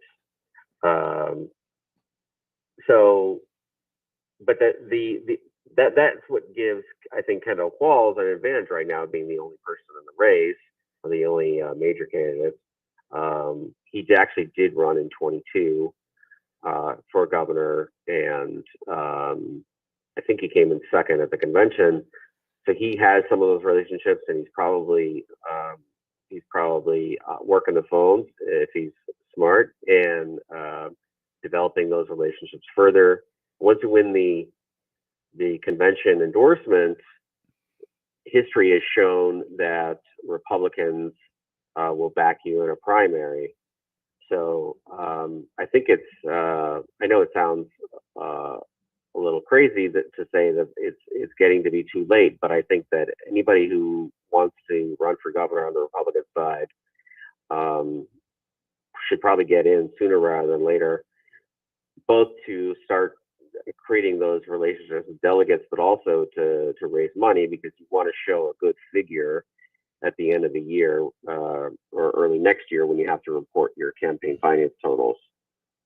Yeah, that's just crazy to think that here we are almost a year and a half out from that election, and largely you pretty much have to be in the race by now if you're really going to be a serious candidate. So, yeah, we're kind of approaching that deadline, soft deadline that maybe would be towards the end of the summer, where you really got to make sure you're going to put your hat in the ring if you are indeed going to make that run for governor. And, of course, U.S. Senate as well, since that race is open, which, of course, brings me to my next topic. That is Angie Craig, who, of course, is one of the DFLers who is seeking the nomination for U.S. Senate to replace Tina Smith, who will be retiring at the end of her term. Now, back in Q1, Angie Craig raised a healthy $1.2 million in campaign money. And as I understand it, you might have an indication on where those Q2 numbers are going to stand for Angie Craig. What do we know about those numbers so far? And are any of the other candidates seeking the DFL nomination coming anywhere near where she's been fundraising so far? Yeah, she's raised $2.4 million for the Senate race. I mean, some of that they were able to move over from from when she was a House candidate. I think something like almost 600,000, but still, that's a significant sum. But I think she needs to raise a lot because although she's well known in the second congressional, which she's represented, and has been forced to be on TV a lot in those close races that she's run, I don't think she's that well known statewide. It's just one congressional district out of 8. And so she's got to work on her name recognition statewide. And the way you do that is with just a lot of campaigning and television. Whereas Peggy Flanagan has been lieutenant governor, she may have, and then actually some early polling showed she has better statewide name ID. But we'll have to wait and see for what Peggy's fundraising total is. Her first quarter out of the gate was less than $500,000. So you see that Craig is really outraising her. But I do think there are certain advantages that Flanagan has. She's very close to the DFL progressive grassroots, and Angie Craig made some politically shrewd choices to help her get through, especially 2024, when she was voting with Republicans on some immigration issues.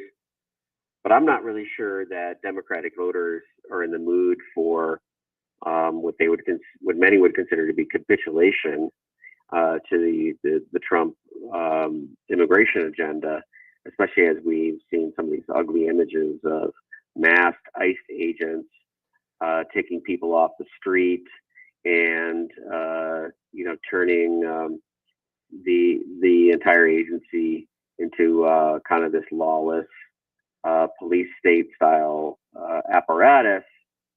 I think that some of those votes are actually going to come back to haunt Craig. So we'll have to see. This race is in its very early stages, but I think there's already some important developments occurring.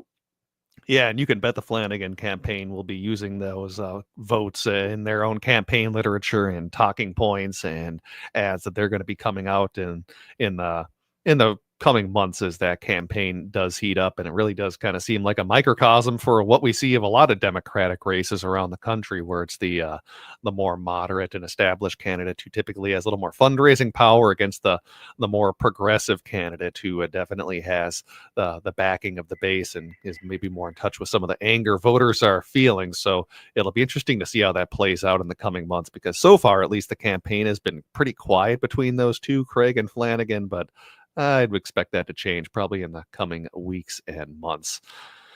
Well, Patrick, we are just about out of time. Speaking with Patrick Houlihan, editor-in-chief of the Minnesota Reformer. Again, go to minnesotareformer.com for the best in Minnesota news and politics, including what's going to be happening in those races as they heat up this summer. As even though we are a little more than a year before we have those U.S. Senate and governor races, the candidates who are going to want to at least serve in those roles going to have to start getting their campaign going very soon, as we talked about earlier. Patrick, thanks so much for coming back on the show today. I always appreciate it. Always a pleasure. All right, let's take a break and send things back over to Matt McNeil on AM 950.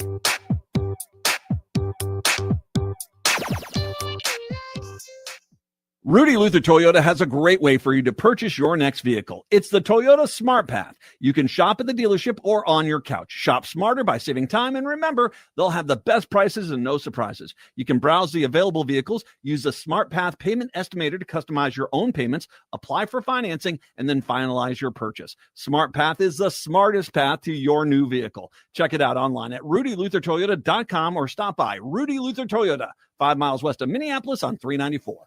Hey, it's Patrick for Zero Res. The month of July is National Carpet Cleaning Month, and because of that, Zero Res is offering a purchase of 3 rooms of carpet cleaned, get 1 room free, plus $50 off an air duct cleaning. Maybe you're having a barbecue for the 4th of July. We'll also have Aquatennial coming up in Minneapolis later this month. You want to make sure your home is fresh and clean for your friends and family coming over to celebrate.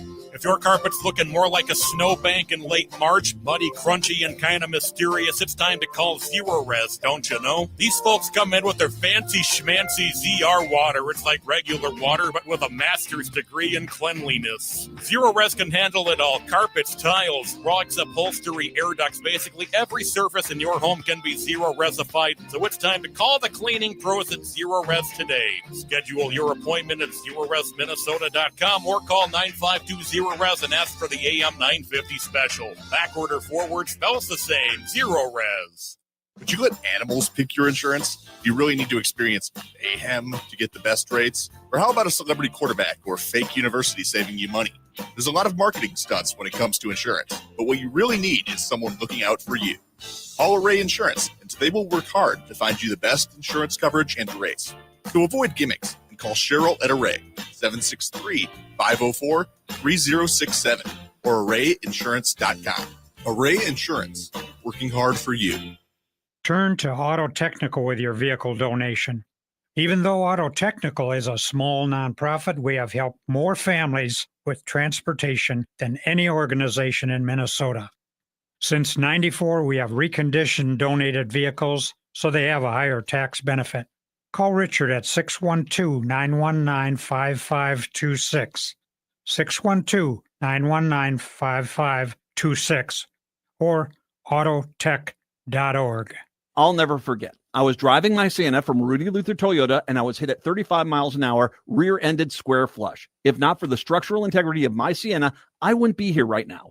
There's a lot I can say about Rudy Luther Toyota, about their fantastic service department and their great selection, but being able to say your car saved my life is the best endorsement I can make. Toyotas from Rudy Luther Toyota are my highest recommendation. Get one today and tell them me, Matt McNeil, told you to stop on in. Rudy Luther Toyota, 394 and 169 in Golden Valley. Hi, I'm Scott Shambot from Shambot Family Dentistry. We're the fear-free, shame-free dental office. We know dental anxiety and dental phobia are real. We'll take the time to get to know you and give you what you need to be comfortable at all times. We offer free nitrous oxide laughing gas and have high-tech options to help you feel calm and relaxed during your appointments. We'll help you get through every appointment in the most pain-free way possible. If you're having a dental emergency, we'll try and get you in the same day you call because we don't like to see anyone in pain. As my daughter Rachel says, if you don't see my dad, please see another dentist. Take care of your teeth because they're the only ones you get. This is Chad, owner of AM 950. I've been going to Shambot Family Dentistry for years. They get me in last minute when I'm in pain and make regular checkups easy and comfortable. Shambot Family Dentistry in Hopkins and St. Paul. Find them online at shamblotfamilydentistry.com or call 1-800-FIX-MY-TEETH. End-of-life decisions are not easy to make. Hi, I'm Mary T. of Mary T. Hospice Care. It's important to make sure that this difficult time is meaningful and comforting to you and your loved ones. Our hospice team provides an individualized program of physical, emotional, spiritual, and practical care so your loved one is comfortable and not in pain. At Mary T. Hospice, we understand that choosing the right hospice care provider can be overwhelming, but we're here to assist you. Learn more today at marytinc.com. I'm Rachel Schroman, owner of Schroman Law, and I believe you deserve information. Our firm offers free quarterly estate planning seminars at our office in St. Paul. At these seminars, you can learn the basics of estate planning from an attorney to help you determine which estate planning documents will meet your needs and goals in an efficient and cost-effective manner. You can learn more and register at our website, schromenlaw.com/events. That's SCHROMEN law.com/events. With a look at your AM 950 weather, I'm Patrick Lilia. Tonight, clear with a low of 65, then Wednesday, sunshine with a high of 83. Cafe Latte is unlike any restaurant you've ever experienced. Grab a tray and pick from their award-winning selections of soups, salads, sandwiches, and mouth-watering desserts. Cafe Latte, Victoria Street and Grand Avenue in St. Paul, or cafelatte.com.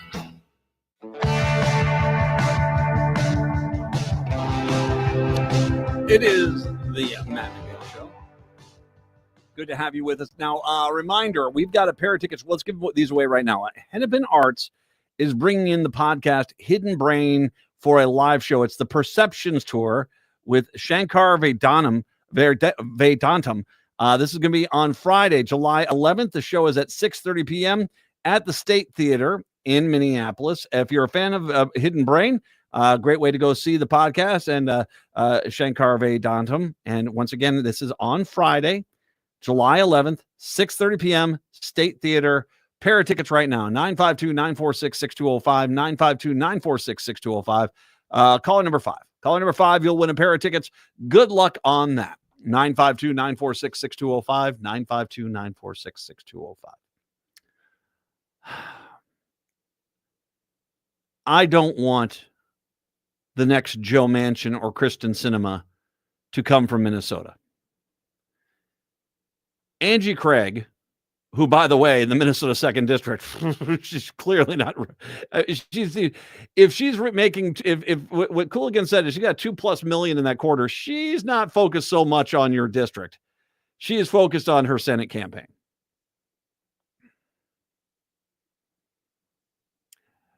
I know that since the election that she has tried to reinvent herself as a born-again progressive. I'm not buying it. She has run 2 campaigns, and once again, just go look at the ads online for her campaign last year. I like working with the Republicans. Great, Ange. When's the next time they're going to work with you? Oh, that's right. They never are reciprocal. It's always a one-way street where you hand off the Democratic platform to the Republicans. Now, this is not just an Angie Craig problem. Let's have a come to Jesus moment about the current Democratic Party. The current Democratic Party would not pass FDR's brand new deal. Not in a million years. Not in a million years. They would proudly have voted against it. The current Democratic Party probably wouldn't have passed the Civil Rights Act in the 1960s. Probably wouldn't have. They probably would have come on out and had their speeches of, whereas I agree with this in context, we're jamming this down the Republicans' throat. And why aren't we thinking about the Republicans? Because that's what Democrats do today. I'll even go as far. I don't think the Democratic Party today would have passed the Affordable Care Act. Even with a supermajority. I don't think they would have passed the Affordable Care Act. I don't think they would have passed the Affordable Care Act. And that was, 16 years ago? 15 years ago. You guys on the moderate side of the party, and once again, it's not your fault. The Democratic Party screwed this up. When a moderate Republican left the Republican Party, because they clearly wasn't the Republican Party they grew up with, they were allowed to join the Democratic Party without any kind of loyalty pledge to at least support the majority of the Democrats' standard issues. They just didn't.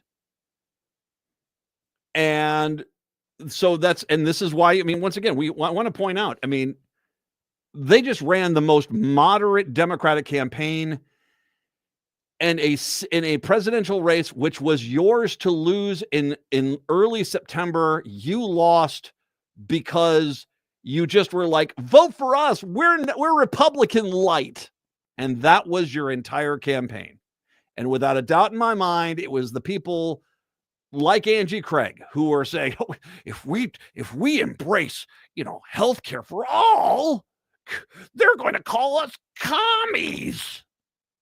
Look at how they turned on the primary winner in New York. Whenever a moderate Democrat wins, what's always the attitude? It's like, you've got to support the Democrat. You've got to support the Democrat. But when a more progressive candidate or more socialist candidate wins the Democratic primary, it's turn on them in a heartbeat. They're the villain. They're the enemy. That tells you everything about the Republican Party or the Democratic Party. There you go. It tells you a lot about it. This is not the Democratic Party we grew up with, because the Democratic Party itself welcomed in a bunch of Republicans and never once put forward a standard of, oh, you got to kind of support the Democratic platform. And so now you have people. I'll give you another standard. And I've brought this standard up before. And I brought the standard up with Dean Phillips when he decided he wanted to run against Joe Biden. We in 2023 had an amazing Democratic win. And all those bills that got passed, Governor Tim Walz signed them into law. Outside of one, the Uber Lyft bill. But every other bill, and go look at that list of bills. Some of them were more moderate, indeed. Some of them were very progressive, indeed. And Governor Walz signed them all into effect. And I've said, do you think Dean Phillips, back when Dean Phillips was running, do you think Dean Phillips would do that? I said, no. I don't think Angie Craig would have signed most of those bills. As a matter of fact, I think Andrew Craig would have proudly vetoed half of those bills, saying, unless one Republican's on board with this, I just don't think we should be jamming this down the Republicans' throats. I honestly think Angie Craig only agrees with about 40% of the Democratic Party platform. I honestly do. So this whole dog and pony show we got running around the state right now about I'm a newborn and progressive, it's only an act to try to dupe the Democrats into supporting her so that we can have Joe Manchin from Minnesota. And there is really, and I'm sorry, I've watched your last two campaigns, Ange. I've watched your last two campaigns. I am not seeing somebody who looks like they're a proud Democrat.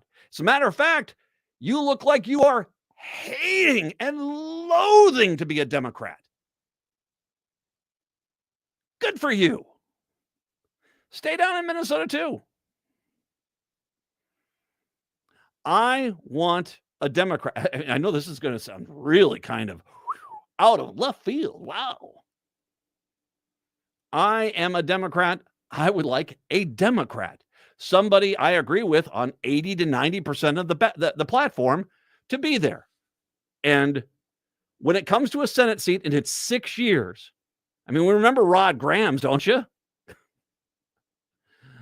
You remember Rod Graham's, and he's like, I'm really a moderate. And then he had the most conservative record, and we were stuck with that dude for 6 years. And all of a sudden he tried to run for re-election. He was like, I'm a moderate again. No. You can't trust people. I mean, we see who Angie Craig is.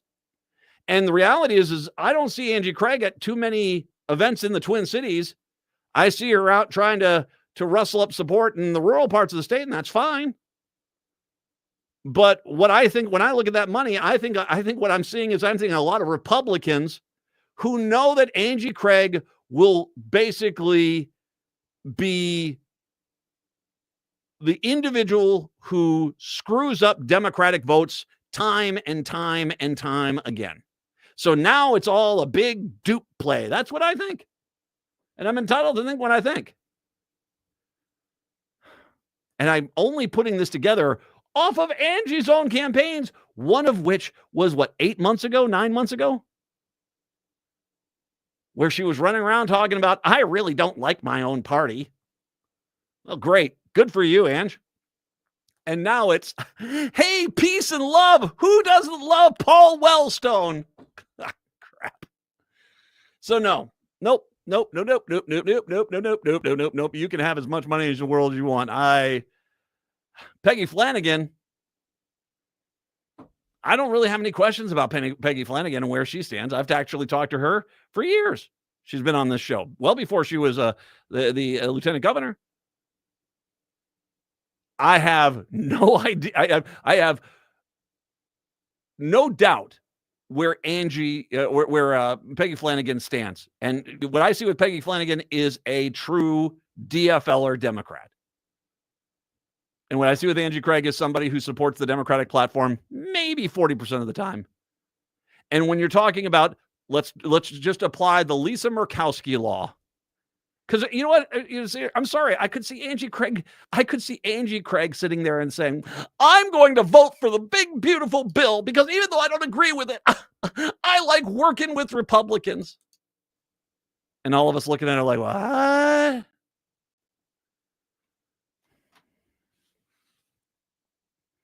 Nope. I want a Democrat. Is that too much to ask from the Democratic Party? I want a Democrat. I don't want a part-time Democrat, or as I've like to call them, stray cat Democrats, where the Democratic Party thinks it's their cat, but that cat only shows up once every 2 weeks, drinks a bowl of milk, and then disappears for another 2 weeks, and they still claim them, that's my cat. No, it's not. That's someone else's cat, and you just are stupid enough to not realize it. 952-946-6205. Saw this story. I got to tell you, I thought that this was completely changing subject. I thought that this was kind of interesting. There is obviously a bit of a problem facing a massive increase in employment health insurance rates. Leaders at the Anoka-Hennepin area schools asked a question out loud: should the district stop paying for Ozempic and other popular new weight loss drugs? Premiums were set to rise 22% on average, costing employees some $500 to $700 more per month for the district's family insurance plans, dropping coverage. 1 second here. I got to shovel through my beers. It kind of scooted out of there. But obviously, once again, this is something that it's very expensive. It's very expensive. Dropping coverage for the popular GLP-1 weight loss drugs could have shaved a significant chunk off the premium hikes. Ultimately, Anoka-Hennepin agreed to the coverage for one budget. It might not be the most pressing, but for at least discuss financial dilemmas facing Minnesota schools. For Minnesota, as it eats a greater share of the per-pupil funding increases for school employees, the added cost means hard-won pay increases are disappearing from the paychecks. Where was the one thing here? That it was Rochester's. In Rochester Public Schools, GLP drugs like Ozempic are only 2% of the prescription drugs that school employees use. Only 2%. They account for 56% of what the district is spending on prescriptions. Now, once again, there are people with actual health. This is not, it's not, and I'm not looking to cause controversy here. I understand. Some people, the weight loss element of it is the most important part. But the Ozempic was one of those things that was initially created for another health issue, and it had a side effect of the weight loss. I think you should go to that standard, because that's a standard I've actually seen other places go to. Whereas if you have the actual medical condition that Ozempic and these drugs were originally designed for, that's covered. But if you're only getting this because it's a weight loss drug, well, then that's out of your pocket. You got to call that and cover that yourself. And I can understand that might not be popular. But once again, if you're burning through your per pupil student increase and also negating any cost, any salary increases for the teachers, just because you have to have Ozempic on the free buffet line, I think that's a bad call, man. 952-946-6205, 952-946-6205. We'll take a break, come back, wrap up the show for your Tuesday. It's the Matt McNeil Show.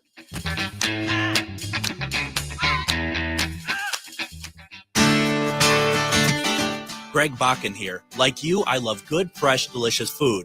So I want to tell you about this treasure in Roseville called Maverick's Real Roast Beef. Maverick's has the best roast beef sandwiches I've ever had. Made fresh, every order. Add fries or onion rings dropped in the fryer when ordered, and you have a winning combination. Maverick's Real Roast Beef has a lot more than roast beef, so check out their website, mavericksbeef.com, or check out their restaurant on Lexington in Roseville. End-of-life decisions are not easy to make. Hi, I'm Mary T. of Mary T. Hospice Care. It's important to make sure that this difficult time is meaningful and comforting to you and your loved ones. Our hospice team provides an individualized program of physical, emotional, spiritual, and practical care so your loved one is comfortable and not in pain. At Mary T. Hospice, we understand that choosing the right hospice care provider can be overwhelming, but we're here to assist you. Learn more today at marytinc.com. When was the last time you had your roof inspected for extreme weather and hail damage? This is Chad, owner of AM 950, to talk about the exterior construction company I trust, Snap Construction. If you've noticed new roofing projects in your neighborhood, your home was likely hit by hail last summer and experienced damage. Snap Construction is helping homeowners like you, and they're the roofing specialists I trust. They are the most well-reviewed contractor in the Twin Cities and have a ton of positive customer reviews from homeowners just like you. Even better, Snap Construction's installations are backed by a lifetime warranty, so you know you're dealing with a qualified roofing expert. You want to work with a company that will be here for a long time after the work is done. Snap Construction has handled thousands of claims and will help you through the process. Do yourself a favor and get a free roofing inspection so you have the facts and peace of mind you deserve. Call Snap Construction today at 612-333-SNAP. That's 612-333-SNAP.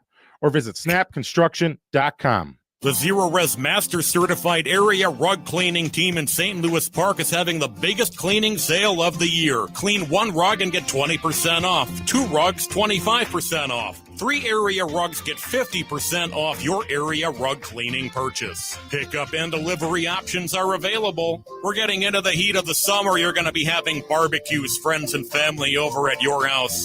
Your rug called that's tired of being stomped on, spilled on, sneezed on, and ignored like a salad at a barbecue. We treat your rugs gently, even the fancy ones you bought on vacation and immediately regretted. Wool, synthetic, braided, patterned, passed down from grandma. If it lays flat and collects dirt, we clean it. Schedule your appointment at ZeroResMinnesota.com or call 9520-RES and ask for the AM 950 special. Spell it backward or forward, spells the same. It still spells, dang, that rug looks good. Zero Res.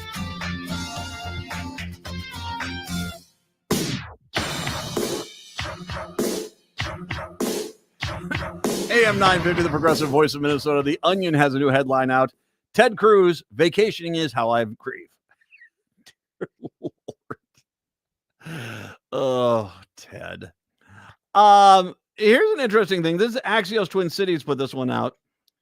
The average Twin Cities drivers reports crashes basically once every 7.5 years, the data says. Now, that's actually a lot worse than the national average. The national average, which I don't know if that's only counting, it's counting the 200 most populous U.S. cities, is 10.6 years. It's not everywhere. It's just the top 200 metro areas in the country. 10.6 years is the average in between fender benders vehicle collisions. That's the average. Now, some states, some cities are not like others. Brownsville, Texas is every 14.2 years. Boise is 13.9. Fort Collins is 13.4. Cary, North Carolina, 12.9. Laredo, Texas is 12.8. That, it's lesser population, more open areas. That doesn't surprise me. Nor does the shortest gap. I mean, Patrick, I'll give you one chance, one guess. Worst city for collisions. Go. Los Angeles. No, we got to go to the other coast. New York. No, Boston. Oh, okay. When Wade Boggs left Boston, they asked him what his greatest accomplishment was. He said, I drove here all these years and I never once got into a car accident. Wade Boggs said that about leaving Boston. Boston's the worst. Every 3.1 years, you're going to get into a car crash in Boston. DC is 3.9. Baltimore, 4.2. Worcester, Mass. 4.3. And then Springfield, Mass, 4.6. I just proved my Rhode Island worth there. Thank you. You're welcome. Heading back a little more locally, Minneapolis, St. Paul. Minneapolis, 7.6 years. St. Paul is 7.4 years. That does not surprise me. St. Paul's a little worse because Minneapolis, I think the grid system does help them a little bit more, as opposed to, as many people have said, especially historians. I have had Larry Millett, who is a great architectural writer, and he's studied the history of the cities. He has said this. St. Paul is the last East Coast city. Minneapolis was the first West Coast city. And so it does not surprise me, especially Boston. Boston, not a surprise at all. The Twin City drivers get into collisions more frequently than the national average, according to all state claims provided to Axios. So, yeah, it's... I guess I'd say this. I didn't think it was that high, that often. But, I mean, obviously, 2.5 years ago, I had the bad one where the drunk driver hit me. that left a mark on the car, amongst other things. Before that, I guess it was only I was over at a grocery store. I was over in Minnetonka at a grocery store, and I parking there, and I was backing out, and this woman drove in. She was an older woman. She drove into the parking lot. I said to my daughter, says, she's going to hit me. And she did. She indeed hit me. And then she pulled into a parking lot and then claimed, I didn't hit you. And I had to literally pull her out. I didn't pull her out of the car, but I got her out of the car, took her over the side and said, see that red paint? That's my car. Oh, I hit you. Yes. So I guess I'm actually above the curve. Drive safe, everybody. How about we do it like that? Drive safe. Just be careful on the roadways. Should mention tonight, Ghostbox Radio, Ghosts and Aliens with special guest of ex-government insider. That comes up at tonight on Ghostbox. Native Roots Radio is up next. Till tomorrow. See ya. Rudy Luther Toyota is the dealer you